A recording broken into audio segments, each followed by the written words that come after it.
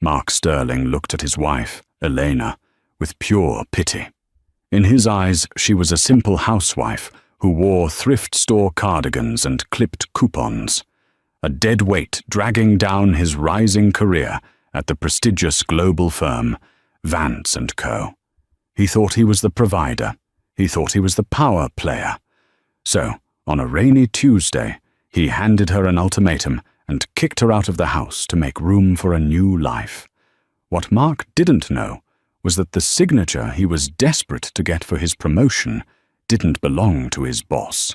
It belonged to the woman he just evicted. Mark was about to learn the most expensive lesson of his life. Never underestimate the quiet ones. The rain battered against the floor-to-ceiling windows of the 42nd floor of the Aurelius building in downtown Chicago. Mark Sterling adjusted his silk tie, catching his reflection in the glass. He liked what he saw.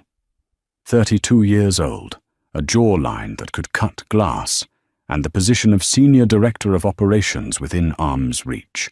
He wasn't just an employee, he was a rising star at Vance & Co., a private equity conglomerate known for swallowing smaller companies whole. The only thing missing was the final seal of approval from the board, specifically the mysterious majority shareholder known only as the chairman, who hadn't been seen in public since the founding father, old man Silas Vance, passed away 3 years ago. "You look tense, Mark," a voice purred from the doorway. Mark turned. It was Jessica Thorne. She was everything Mark thought he wanted, ambitious, sharp, and dressed in a tailored crimson dress that cost more than Mark's first car.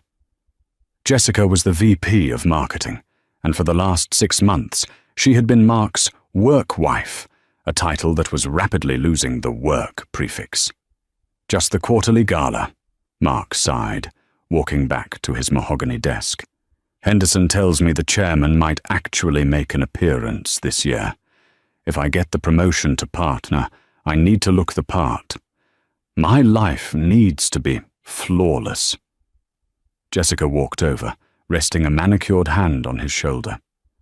"Your life is flawless, Mark, except for one small, frumpy detail waiting for you in the suburbs."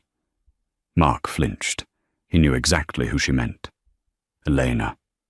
Elena Sterling, his wife of 5 years. When they met, Mark was a junior analyst drowning in student debt, and Eleanor was a quiet librarian who volunteered at the animal shelter. She was sweet, unassuming, and incredibly frugal. She supported him when he had nothing, cooking simple meals and mending his shirts. But now Mark made 6 figures. He drove a Porsche. He wanted to vacation in Saint-Tropez, not camp in Wisconsin. Elena hadn't changed, and that was the problem. She's loyal," Mark said, though the defense sounded weak even to his own ears. "Loyalty doesn't look good on a magazine cover, Mark," Jessica whispered, leaning in close. "If you make partner, you'll be dining with senators and oil tycoons. Do you really want to bring a woman who thinks Olive Garden is fine, dining to a table with the Rockefellers? She doesn't fit your narrative anymore." Mark drove home that night in silence. The words echoed in his head. "She doesn't fit your narrative." When he pulled into the driveway of their modest 3-bedroom home, the lights were on. He walked inside, shaking off the rain. The house smelled like rosemary and roasted chicken. It was cozy, clean, and utterly suffocating. Elena came out of the kitchen, wiping her hands on a worn apron. She was beautiful in a natural, understated way. No makeup, messy bun, soft eyes, but Mark couldn't see it. He only saw the lack of polish. "Hey," she said softly, smiling. "I made your favorite. Roast chicken with the lemon herb glaze. How was work?" "Fine," Mark grunted, loosening his tie and ignoring her attempt to kiss his cheek. He walked straight to the liquor cabinet and poured a stiff scotch. "Actually, it was brutal. The gala is on Saturday." Elena's face lit up slightly. "Oh, the company party. Do you need me to go this year? I bought a dress, just in case. It was on sale at Macy's." Mark took a long sip, the alcohol burning his throat. He looked at her, hopeful, sweet Elena. Then he pictured Jessica in her crimson designer gown, commanding the room, laughing with the executives. He pictured walking into the ballroom with Eleanor in a discount rack dress, stumbling over small talk about library books. The shame was instant and hot. "No," Mark said, his voice colder than he intended. "It's employees only this year. Strategic meetings. Very high level." It was a lie. A blatant one. Elena's smile faltered, but she nodded quickly, retreating into her shell. "Oh, I understand. Well, dinner is ready." They ate in silence. Mark picked at the chicken. It was delicious, which somehow made him angrier.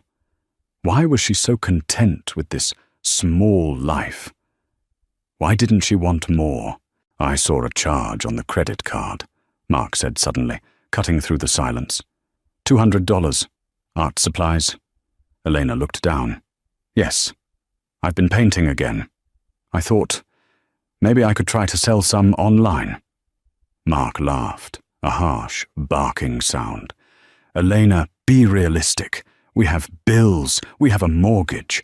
I'm out there killing myself to make partner, and you're playing with watercolors. You need to grow up." "I paid for it with my own money," Elena said quietly. "From the library stipend. It's our money, Elena. It's barely peanuts compared to what I bring in. I'm carrying this entire life on my back." Elena put her fork down. Her eyes, usually soft, hardened just a fraction. "Is that what you think? That you're carrying me?" "Look around," Mark gestured at the walls. "I pay the mortgage. I pay for the car. I pay for the food on this table. What do you contribute, Elena? Comfort. Comfort doesn't buy a seat at the table at Vance & Co." He expected her to cry. She usually cried when he got like this.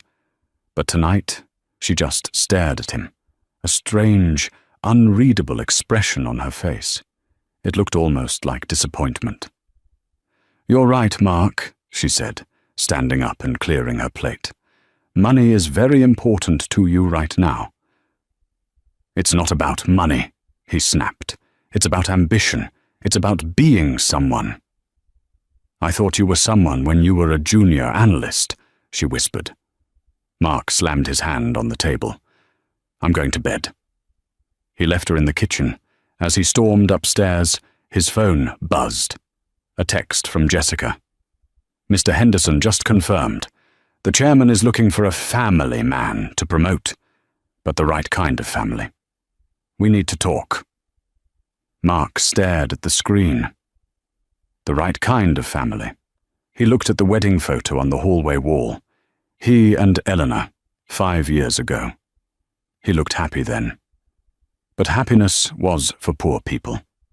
Mark wanted power, and he knew exactly what he had to do to get it.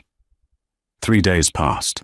The tension in the Sterling household was thick enough to choke on. Mark spent every evening working late, or telling Elena he was working late. In reality, he was at the upscale bistro Le Bernardin with Jessica, plotting his ascent. "It's simple," Jessica said, over a glass of vintage Pinot Noir. "Henderson loves me. He respects you. If we were a power couple, we'd be unstoppable. The board wants stability, but they also want glamour. Elena she's a nice girl, Mark, but she's an anchor. You're a yacht." Mark nodded, intoxicated by the flattery and the wine. "She doesn't get it. She thinks painting in the garage is a career." "I spoke to legal," Jessica said, casually, sliding a manila envelope across the white tablecloth. "My friend at Goldman & Weiss drew these up. Just as a draft, standard separation agreement. You keep the house, the car, the accounts. She gets a small settlement. It's generous, considering she brought 0 assets into the marriage." Mark stared at the envelope. It felt heavy. Divorce? Liberation, Jessica corrected. Imagine walking into the gala on Saturday night, hand in hand with me, the future CEO and his equal. No baggage. Mark took the envelope. Friday evening arrived. The rain had stopped, leaving the Chicago streets slick and grey. Mark came home early, his heart pounding against his ribs like a sledgehammer. He found Elena in the living room. She wasn't painting or reading. She was sitting on the sofa, looking at a photo album. She looked up as he entered. She looked tired. "We need to talk," Mark said, skipping the pleasantries. He didn't want to lose his nerve. Elena closed the album. "Yes, I think we do." Mark paced the room, his hands shaking slightly. "Elena, I've been doing a lot of thinking. About us. About my future. And I don't think our paths are aligned anymore," Mark said, rehearsing the lines Jessica had fed him. "I'm evolving. I'm moving into a world that requires a certain level of engagement. A certain image." "Image," Elena repeated flatly. "Yes, image," Mark snapped, his guilt manifesting as anger. "It matters. I can't be the partner at a billion-dollar firm and come home to this." He gestured vaguely at her, at the cozy room, at the life they had built. "I need someone who pushes me, someone who understands the stakes." "And you think I don't?" Elena asked, standing up. She wasn't shouting. Her voice was deadly calm. "You're happy being a librarian, Elena. You're happy with coupons and leftovers. That's fine for you, but it's suffocating me." Mark pulled the envelope from his briefcase and slammed it on the coffee table. "I want a divorce." The silence that followed was deafening. The grandfather clock in the hall ticked loudly. Elena looked at the envelope, then back at Mark. She didn't cry. She didn't beg. She simply took a deep breath. "You want me to leave?" she asked. "I think it's best," Mark said, puffing his chest out. "I'm willing to give you a settlement. $10,000. It's more than fair.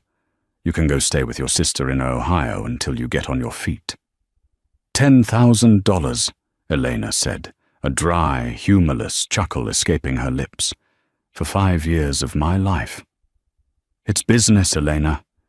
Don't make it emotional." Elena walked over to the window, looking out at the driveway where Mark's Porsche was parked. "You know, Mark, when we met, you told me you wanted to build something real. You said you hated the fake smiles of the corporate world. People change. I grew up." "No." Elena turned to face him, her eyes piercing. "You didn't grow up. You sold out. There's a difference." "I want you out by tomorrow morning," Mark said, his voice hard. "The gala is Saturday night. I want this done before then. I don't want to come home and find you here." Eleanor stared at him for a long, uncomfortable moment. It felt like she was looking right through his skin, analyzing the rot beneath. Then she nodded. "Okay," she said. Mark blinked. "Okay? If that's what you want, Mark, I'll go." She walked to the table and picked up the papers. She didn't even read them. She just looked at the signature line. "But I want you to remember this moment. I want you to remember that you chose this. You chose to kick me out."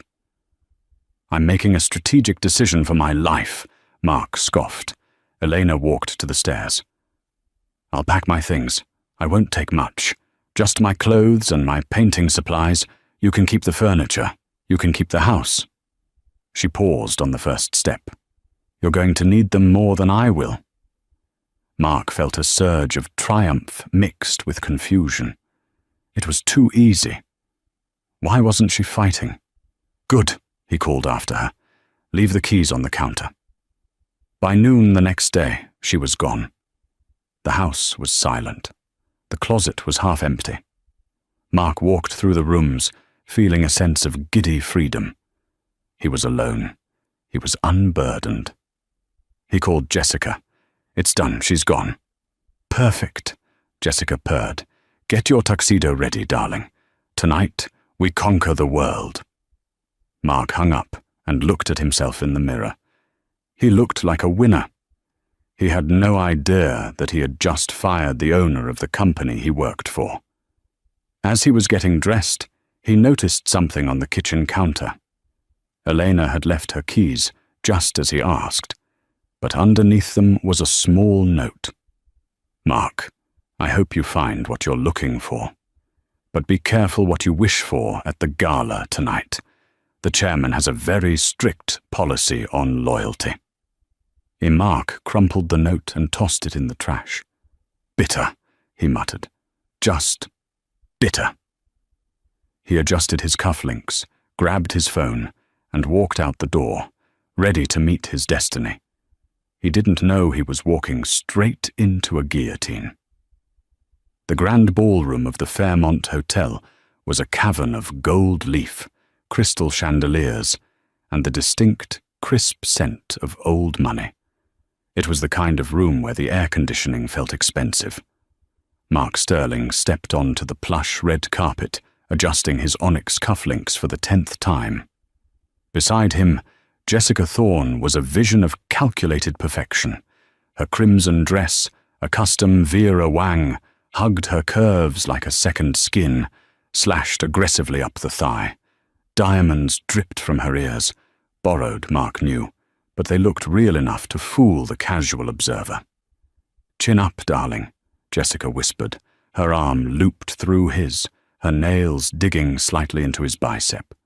You're walking like an employee, walk like an owner. Mark forced a smile, his chest puffing out. He scanned the room. It was a sea of tuxedos and designer gowns. The titans of Chicago's business world were here. There was Julian Banks, the hedge fund manager who had shorted the housing market and won. There was Senator Corcoran, laughing loudly near the ice sculpture of the Vance & Co. logo. This is it, Mark breathed, the adrenaline finally overriding the strange, hollow feeling in his gut that had lingered since he watched Elena drive away. This is where I belong. Exactly, Jessica purred. And look who's holding court near the bar. She nodded toward a cluster of men in grey suits surrounding a tall, imposing figure with silver hair. Arthur Henderson, the CEO of Vance & Co., the man who held the keys to the partner promotion. Let's go, Mark said, steering Jessica toward the group. As they approached, the conversation died down. Henderson turned, his steel-grey eyes landing on Mark. For a second, Mark thought he saw a flicker of confusion, maybe even disapproval, cross the CEO's face, but it vanished as quickly as it appeared, replaced by a polite, practiced smile. Mark, Henderson said, extending a hand. And Ms. Thorne, you both look distinct tonight.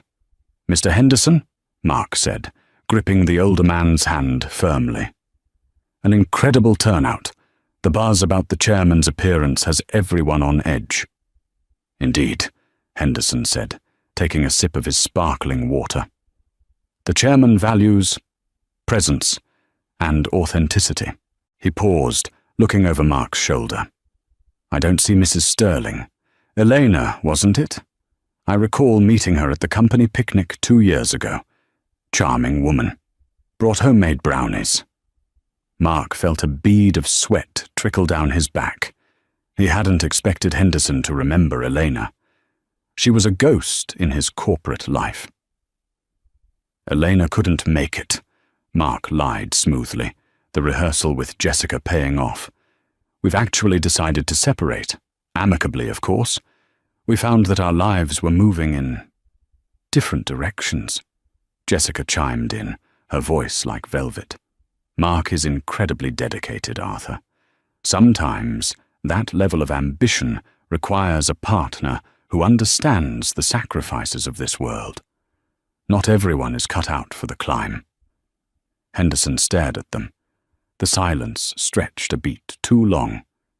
He didn't nod. He didn't offer condolences. He just looked at Mark with an expression that was hard to read. part pity, part scrutiny. Different directions, Henderson repeated slowly. Interesting choice of words. Well, I suppose tonight will be full of surprises for everyone. He turned back to the other executives, effectively dismissing Mark and Jessica. Mark steered Jessica away, grabbing a glass of champagne from a passing waiter. That was weird. Did he seem cold to you? He's a CEO, Mark. They don't do warm and fuzzy, Jessica scoffed, checking her reflection in a spoon. He's probably just stressed about the chairman. Rumor has it the old man, or whoever it is going to clean house. Shake up the board. That's good for us. Chaos is a ladder. They spent the next hour working the room. Mark felt the high of social climbing. He laughed at jokes he didn't find funny. He agreed with political opinions he didn't hold. He was playing the game, and he was winning. Every handshake felt like a step away from the small, stifling life he had with Eleanor, and a step toward the penthouse, the yacht, the power. He forgot about the empty house. He forgot about the painting supplies in the garage. He forgot about the woman who had loved him when he was a nobody. At 9 p.m., the lights in the ballroom dimmed. A hush fell over the crowd of 500. A spotlight cut through the darkness, illuminating the empty stage at the front of the room. The orchestra stopped playing. The air grew thick with anticipation. "Ladies and gentlemen," a voice boomed over the speakers. "Please take your seats." Mark and Jessica found their table. Table 4, near the front, a prime spot. Mark checked the place cards. Mark Sterling, Jessica Thorne. "We made the inner circle," Jessica whispered, squeezing his hand under the table. "Table 4 is for potential partners." Mark's heart hammered. This was it, the announcement. Arthur Henderson walked onto the stage. He looked smaller up there, under the harsh lights. He adjusted the microphone, his face solemn. "Welcome, friends, colleagues, and esteemed guests," Henderson began. "For 3 years, since the passing of our founder, Silas Vance, this company has been guided by a silent hand, a majority shareholder who has watched us grow, watched us stumble, and watched us succeed. Many of you have speculated about the identity of the chairman." A ripple of murmurs went through the crowd. "Some thought it was a foreign investor," Henderson continued. "Some thought it was a trust fund committee. But the truth is much simpler.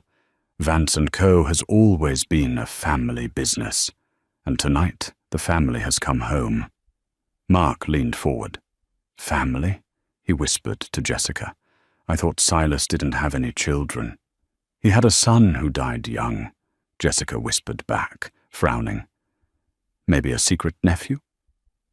"Tonight," Henderson said, his voice gaining strength, "we enter a new era, an era of transparency, an era where we remember who we are and what we stand for. It is my distinct honor to introduce you to the owner of Vance & Co. and the chairwoman of the board." He paused for dramatic effect. Mark held his breath. "Ms. Elena Vance." The doors at the back of the stage swung open. The applause was polite at first, the kind of applause corporate crowds give when they are unsure of who they are clapping for. Then, a figure stepped into the spotlight. She was wearing an emerald green gown that shimmered like liquid money. It was elegant, structural, and commanded attention without screaming for it. Her hair, usually messy and tied up in a clip, was cascading in sleek, dark waves over her shoulders.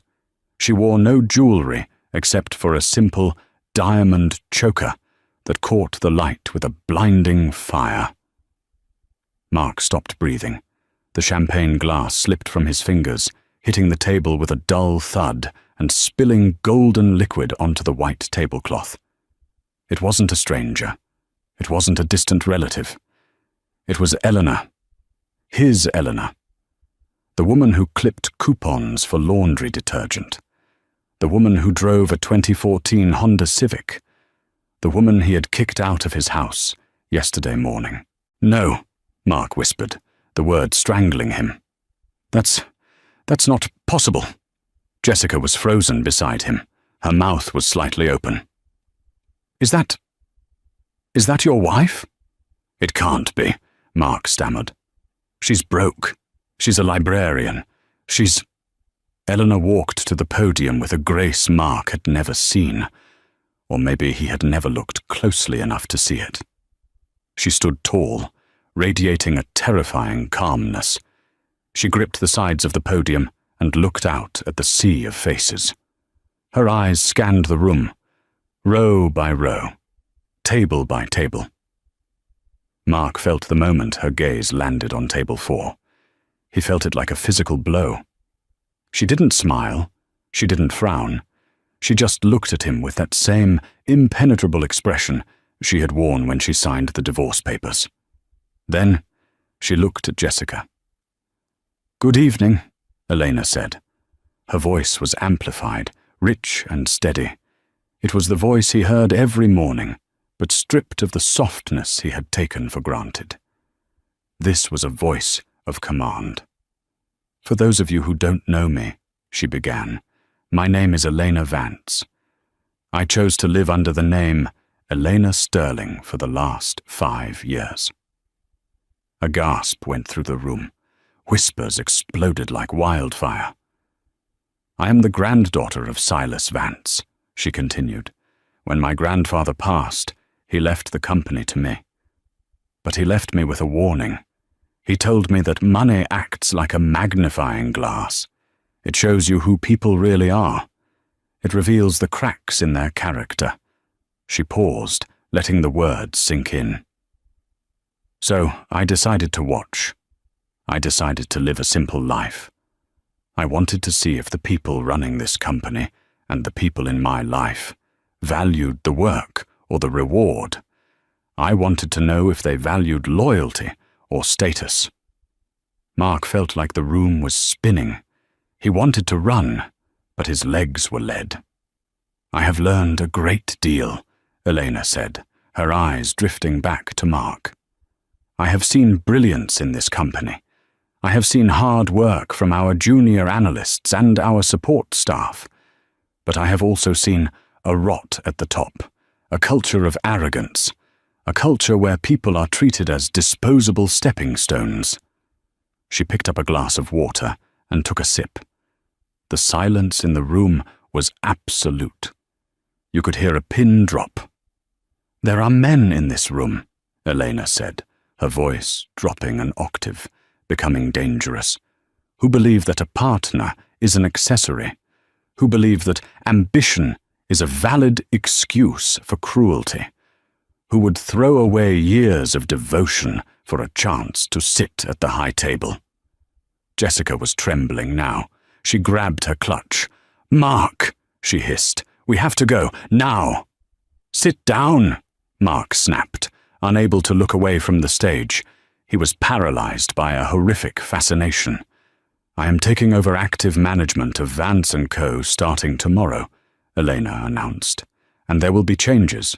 We are going to return to the values Silas Vance built this empire on: integrity, humility, and above all, loyalty." She smiled then, but it didn't reach her eyes. "Enjoy the dinner. I look forward to meeting each of you personally." She stepped back from the podium. The applause this time was thunderous, fueled by shock and the desperate need to please the new monarch. Mark sat in the deafening noise, his world collapsing. "She's a Vance," Jessica whispered, her face pale under her makeup. "You idiot! You absolute moron! You were married to the heiress of the entire fortune, and you didn't know?" "She never told me," Mark said, his voice cracking. "She said her parents were teachers. She said—" "She was testing you," Jessica hissed, her veneer of sophistication cracking to reveal the panic underneath. "She was testing you, and you failed. You failed so hard you dragged me down with you." "We have to fix this," Mark said, standing up on shaky legs. "I can fix this. She loved me. She was my wife for 5 years. She's hurt. It's a performance. Sit down, you fool. Jessica grabbed his arm. Don't make a scene. But Mark pulled away. He was delusional with panic. He convinced himself in that split second that he could talk his way out of it. He was a salesman, wasn't he? He could sell ice to an Eskimo. He could sell reconciliation to the wife he had evicted. He pushed through the tables, ignoring the stares. Elena was descending the stairs from the stage, flanked by security and Henderson. "Elena!" Mark called out, his voice too loud in the posh ballroom. The crowd parted. People turned to watch. It was a train wreck in slow motion. Elena stopped. She turned to face him. Henderson stepped forward to block Mark, but Elena raised a hand, stopping him. "Let him come," she said quietly. Mark stumbled up to her. Up close, she looked even more radiant and more distant. She looked like a stranger. "Elena," Mark panted, putting on his best charming smile, though it twitched at the corners. "Honey, that was quite a speech. Why didn't you tell me? We could have run this together." The audacity of the statement made a few people nearby gasp. Elena looked at him with mild curiosity, as if he were a bug she had found on her shoe. "Run it together? Mark, yesterday you told me I wasn't polished enough to attend this party." "I was stressed." Mark laughed nervously, reaching for her hand. She pulled it back sharply. "Baby, you know how it is. The pressure. I was trying to protect you from this shark tank. I didn't know you owned the tank." "You kicked me out of our home, Mark," Elena said, her voice carrying clearly. "You gave me $10,000 and told me to go to Ohio. You told me I didn't fit your narrative." Mark felt the eyes of the board of directors boring into him. He felt the weight of his career disintegrating.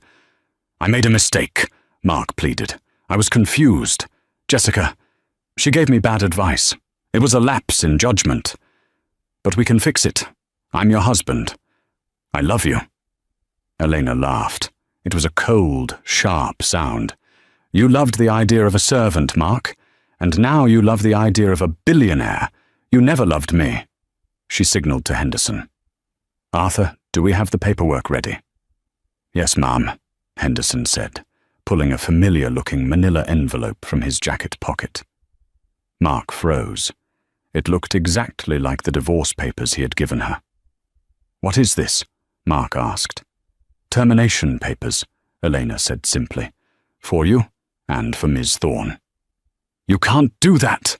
Jessica screamed from the table, losing all composure. She marched over, her face red. "You can't fire us. We are the top performers in this division. This is a lawsuit waiting to happen." Eleanor turned her gaze to Jessica. "Ms. Thorne, I've reviewed your expense accounts, and your client interactions, and your influence on my husband. Vance & Co. has a strict code of conduct regarding ethics. You've broken about 12 of them." Eleanor took the envelope from Henderson and shoved it into Mark's chest. "You wanted to be a power player, Mark. You wanted to make big moves. Well, here is your big move. You're fired, effective immediately. Your company car has already been towed from the lot. Your company credit cards are cancelled, and security will escort you out of the building. Elena, please." Mark fell to his knees. The humiliation was total. "Don't do this. I have nothing. I have the mortgage, the payments." Elena looked down at him. Her expression softened, but not with love, with pity. "You have the house, Mark, remember. You wanted the house. I hope you enjoy it. It's very quiet." She turned her back on him. "Security, please remove these trespassers. I have a company to run." Two large men in dark suits grabbed Mark by the arms. He struggled, shouting her name, but she didn't look back. She walked into the crowd of adoring executives, the emerald queen of the boardroom, leaving Mark dragging his feet on the red carpet, kicked out of the paradise he had sacrificed everything to enter. The sidewalk outside the Fairmont Hotel was cold, wet, and unforgiving. Mark stood there, shivering in his tuxedo, the rain plastering his hair to his forehead. He looked like a drowned rat in a designer suit. Beside him, Jessica was furiously typing on her phone. She hadn't looked at him since the security guards threw them out the side exit like common drunks. "Jessica," Mark stammered, his teeth chattering. "We need a plan. We can spin this. We can say we resigned in protest. We can go to Sterling Cooper or Bain. They've been trying to poach me for years." Jessica stopped typing. She slowly turned to face him, the streetlights reflected in her eyes, which were now devoid of any warmth or seduction. They were hard, calculating flint. "We?" She laughed, a harsh, jagged sound. "There is no we, Mark. You're radioactive." "What are you talking about? We're a team. You said—" "I said a lot of things when I thought you were the golden boy of Vance & Co., Jessica snapped, hailing a passing taxi. "But now, you're the idiot who fired the owner of the company.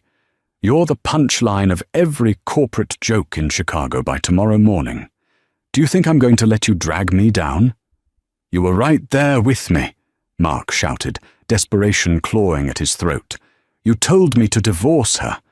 "And you listened," Jessica sneered, opening the cab door. "That's on you. I'm a survivor, Mark. I'll find a way to land on my feet. You're done." She slammed the door. Mark watched the taxi speed away, splashing dirty puddle water onto his trousers. He was alone. The next morning, the reality of his situation hit with the force of a freight train. Mark drove to the Vance & Co. headquarters, functioning on 2 hours of sleep and a massive hangover. He convinced himself that maybe, just maybe, it had been a nightmare. Or a test. Maybe if he showed up, apologized and groveled, Elena would take him back. When he swiped his ID badge at the turnstile, the light flashed red. "Access denied." "Excuse me," Mark said to the guard, a man he had walked past for 5 years without ever learning his name. "There must be a glitch." The guard looked up. He didn't smile. "No glitch, Mr. Sterling. I have orders to collect your badge and hand over this box." He pointed to a cardboard box on the counter. Inside were a framed photo of him and Jessica, which he had foolishly kept on his desk, a stress ball, and his stapler. That was it. 5 years of 60-hour weeks reduced to a cardboard box. "You can't do this," Mark argued, his voice rising. "I need to see the chairman. I need to see Elena." "Ms. Vance is in a board meeting," the guard said, emphasizing the name Vance. "And she has updated the security protocols. If you don't leave, I have to call the police." Mark grabbed the box and walked out, his face burning with shame as former colleagues walked past him, averting their eyes. No one stopped to say goodbye. In the corporate world, failure is contagious, and Mark was patient zero. He went home to the empty house. The silence was deafening. He walked into the kitchen, expecting to smell roast chicken or hear Elena humming. There was nothing but the hum of the refrigerator. He sat down and opened his laptop. "Time to pivot," he told himself. "I'm Mark Sterling. I'm a closer." He spent the next week aggressively applying for jobs. He called headhunters he had snubbed in the past. He emailed contacts at rival firms. The response was universal. Silence. Finally, on a Thursday, he managed to get a lunch meeting with Greg Pinter, a VP at Highland Capital. Greg was an old drinking buddy. They met at a mid-range steakhouse, a step down from Mark's usual haunts. Mark ordered a scotch, trying to project confidence. "So, Greg," Mark said, leaning back, "you know the situation. Political upheaval at Vance. I decided to walk. I'm looking for a senior VP role. I can bring a lot of proprietary knowledge." Greg looked uncomfortable. He fiddled with his napkin. "Look, Mark, I agreed to meet you because we go back a ways. but I'm going to be honest with you. Please. You're blacklisted. Mark froze. What? It's not just that you got fired. Greg lowered his voice. It's how it happened. The story is everywhere. The husband from hell, who didn't know he was sleeping with the boss. It's viral on LinkedIn. It's a meme on Twitter. Mark felt sick. No one will touch you, Greg continued brutally. If I hire you, Vance & Co. pulls their business from our clearinghouse. Elena Vance is cleaning up the industry, Mark. She's consolidating power.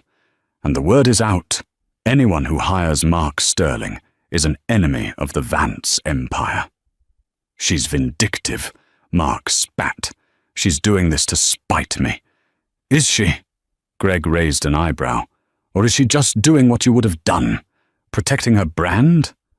Greg threw a $20 bill on the table. Lunch is on me. Good luck, Mark. You're going to need it. Mark sat there for a long time after Greg left. He checked his bank account on his phone. Balance, $42,000. Mortgage payment due in 10 days, $4,800. Car lease, $900. Credit card debt, from the lifestyle he was maintaining, $15,000. He had maybe 3 months before he was destitute. He drove home in a daze. As he pulled into the driveway, he saw a for sale sign on the neighbor's lawn and had a sinking realization. He couldn't afford this house. He couldn't afford the heating bill. He walked inside and saw the divorce papers, the ones he had demanded, sitting on the coffee table where he had left them. She tricked me, Mark whispered, his shock turning into a twisted, ugly rage. She defrauded me. She hid her assets. That has to be illegal. He grabbed the phone. He wasn't going to go down quietly. If he was going to burn, he was going to take her down with him. Mark couldn't afford Goldman & Weiss anymore. He hired a lawyer named Saul Berkowitz, whose office was located above a Thai restaurant in a strip mall near the airport. Saul smelled faintly of pad Thai and cheap cologne, but he was cheap and aggressive. We have a case, Saul said, leaning back in his creaky leather chair. Fraud by omission. She didn't disclose her net worth during the marriage. That nullifies the separation agreement you signed. Exactly, Mark said, feeling a spark of hope. I want half of everything, half of Vance & Co. Let's not get ahead of ourselves, Saul muttered, but we can definitely squeeze her for alimony, spousal support, emotional distress. They filed the suit. Mark felt a surge of power. He was fighting back. 2 weeks later, the deposition was scheduled. It wasn't at a courthouse, but at the Vance & Co. legal offices. Mark walked in with Saul wearing his best suit, though it now felt a little looser around the waist. He had lost 10 pounds from stress and a diet of instant noodles. The conference room was massive. On one side sat Mark and Saul. On the other side sat 5 lawyers from the most prestigious firm in the country, Cromwell & Sullivan. And in the center, at the head of the table, sat Elena. She looked different again. She was wearing a cream-colored business suit, her hair cut into a sharp, chic bob. She looked younger, lighter, and terrifyingly competent. She didn't look at Mark with anger. She looked at him with bored indifference. Mr. Sterling, the lead lawyer, a man named Sterling, no relation, ironically, began. You are suing for 50% of Ms. Vance's assets, claiming financial non-disclosure? That's right, Saul piped up, trying to sound authoritative. My client was deceived. Elena's lawyer slid a single piece of paper across the table. This is the pre-nuptial agreement signed 5 years ago. Mark blinked. We didn't sign a prenup. We were broke. Read paragraph 4, subsection B, the lawyer said calmly. Mark squinted at the document. It was his signature. He remembered signing it the day before the wedding. Elena had brought it to him, saying it was just some paperwork for the marriage license and to keep their student debts separate. He hadn't even read it. He had been too busy watching a football game. Paragraph 4b.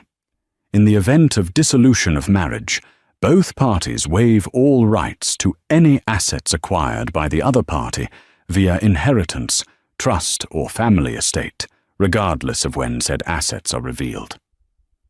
You signed it. Elena spoke for the first time. Her voice was cool water. I wanted to protect you from my family's enemies, Mark, but my grandfather insisted I protect the company from you. He was a good judge of character. I didn't know what I was signing, Mark protested. You're a senior director of operations, Elena countered. Are you telling me you sign legal documents without reading them? That sounds like incompetence, Mark. Saul Berkowitz deflated next to him. Mark, if you signed this, we're dead in the water.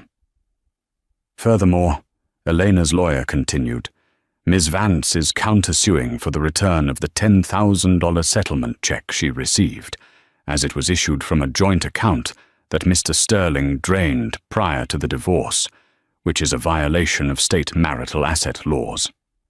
Mark felt the walls closing in. You can't do this. I'll lose the house.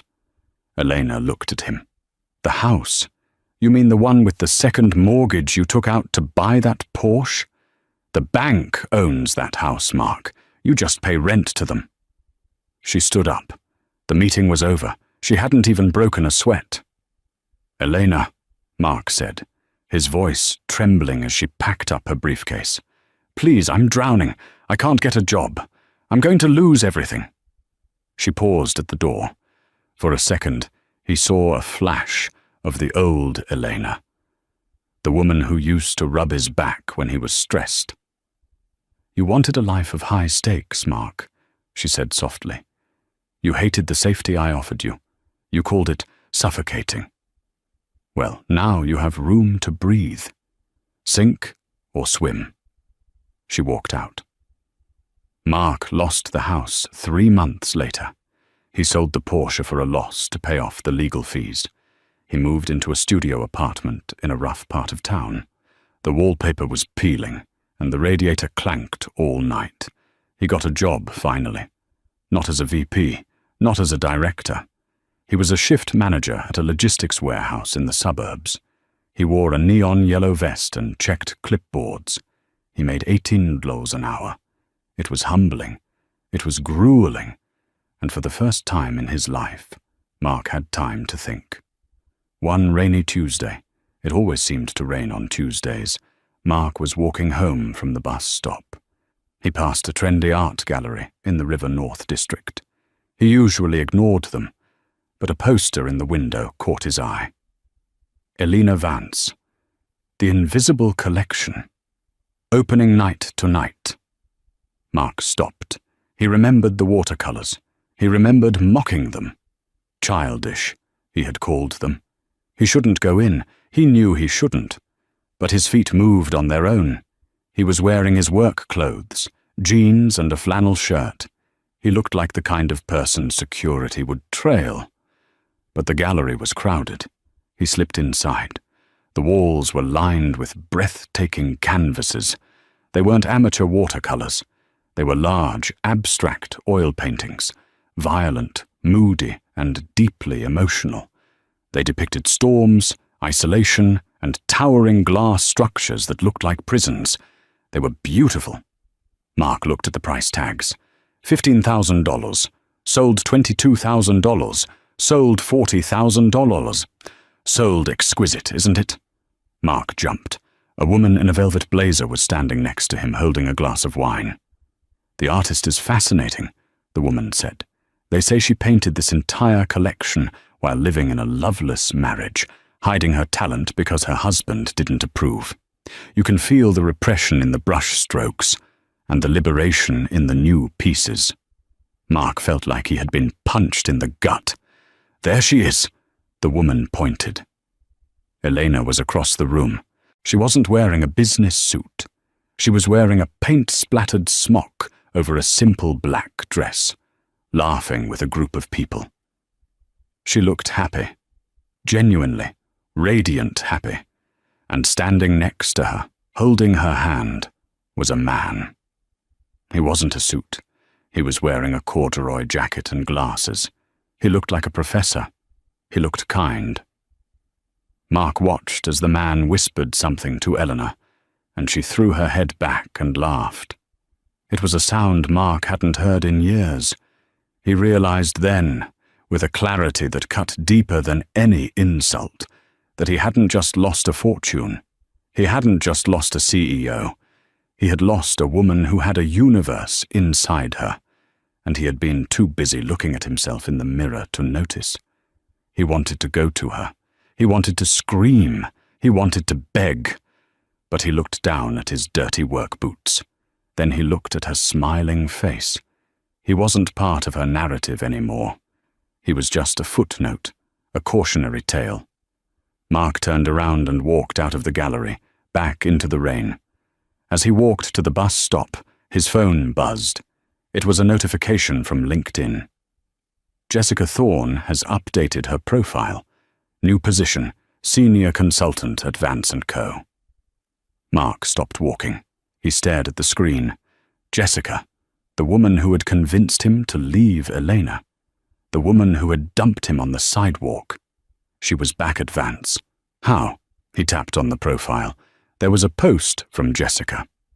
Grateful for second chances. Thank you to Elena Vance for allowing me to prove my loyalty and assist in the new transition. Sometimes you have to cut the dead weight to fly. Mark dropped the phone. It cracked on the pavement. She had sold him out. She had probably gone to Elena the next day, begged for forgiveness, and offered up Mark as the scapegoat. And Elena, in her terrifying pragmatism, had accepted. Mark stood in the rain, laughing. It started as a chuckle and turned into a manic, sobbing laugh. He had kicked his wife out to climb the ladder. And now, the two women he had betrayed were at the top, and he was at the bottom, looking up at the glass tower he used to work in. 5 years later, Mark Sterling was a ghost in the city he once thought he would rule.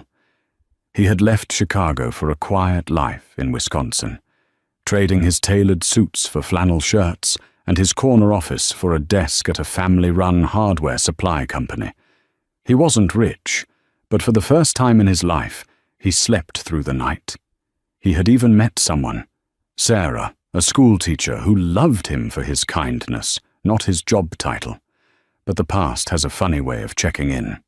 On a rare trip back to Chicago for a supply conference, Mark ducked into a dim bar on the Miracle Mile to escape the rain. He froze when he saw the woman in the corner booth. It was Jessica Thorne. She looked expensive, Chanel suit, Hermes bag, but her face was gaunt, her eyes hollow. She was drinking alone in the middle of the day. "Jessica?" Mark asked, approaching cautiously. She looked up, a bitter smile twisting her lips. "Well, if it isn't the martyr. I see you survived." "I did," Mark said. "I see you're back at Vance & Co. You won." "Won?" Jessica let out a dry, hacking laugh. "Elena hired me back, Mark. She made me the VP of Ethics Compliance. My entire job is to fire people who act exactly like I used to. It's her little joke.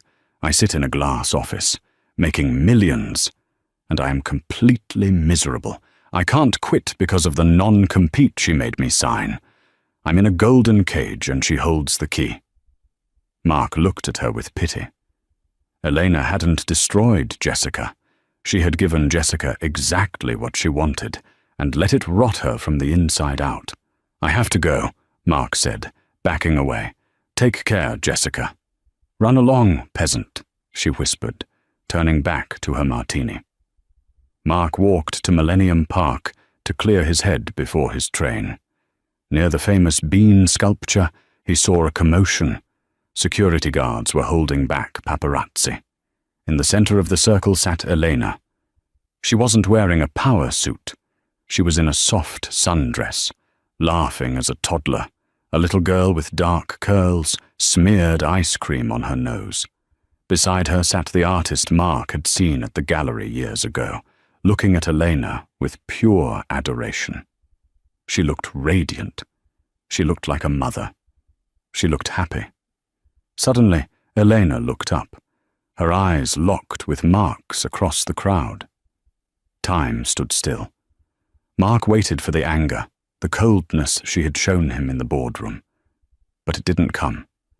Elena simply looked at him, at his rough hands, his calm face, and gave him a small, almost imperceptible nod. It wasn't forgiveness. It was acknowledgement. "I see you," it said.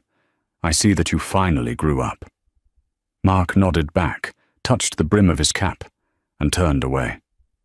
He walked to the train station, dialing Sarah's number. "Hey," he said, his voice thick with emotion. "I'm coming home. Put the kettle on?" "Always," she replied, as the train pulled away, watching the glass towers fade into the distance. Mark smiled. He had lost $1 billion fortune, but as he thought of the simple, honest life waiting for him, he realized he was finally the richest man in the world. Mark Sterling spent years climbing a ladder, only to realize it was leaning against the wrong wall. Elena Vance used her power not to destroy, but to reveal the truth. In the end, everyone got exactly what they deserved. Jessica got her golden cage, Elena got her true love, and Mark got a second chance at being a human being. It makes you wonder, if you were handed a divorce paper worth $1 billion, would you sign it? Or would you have noticed the treasure you already had at home? If this story gave you chills, hit that like button right now. It really helps the channel. What do you think? Did Mark deserve a happy ending, or should he have suffered more? Let me know your thoughts in the comments below. I read every single one. And if you want more stories about karma, betrayal, and the twisted reality of the rich and powerful, make sure to subscribe and ring that notification bell. Thanks for watching, and remember, be careful who you step on while you are climbing up, because you might meet them on your way back down. See you in the next story.